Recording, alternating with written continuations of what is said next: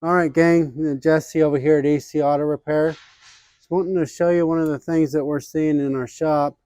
This client came in and for an oil change, and we observed that he had a battery that had a bunch of corrosion on it. So there's actually different causes for corrosion. But what I want to show you too is, like, see all the dampness and the wetness that's on the battery?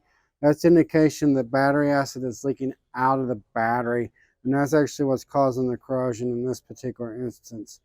What happens more often than not whenever you got corrosion or acid on top of the battery is it was because of an improper install. There's a little seal that's underneath the post, and if this cable is not installed properly, then that can allow the battery acid can leak out of the top of the battery whenever you hit a bump or whenever it's charged and it gets hot. So that's the cause of the corrosion and the dampness on this. We actually are going to do a battery terminal service on this one. We got some high powered cleaners. We're going to clean it up and clean all this corrosion off and make this customer where his vehicle will be reliable for starting.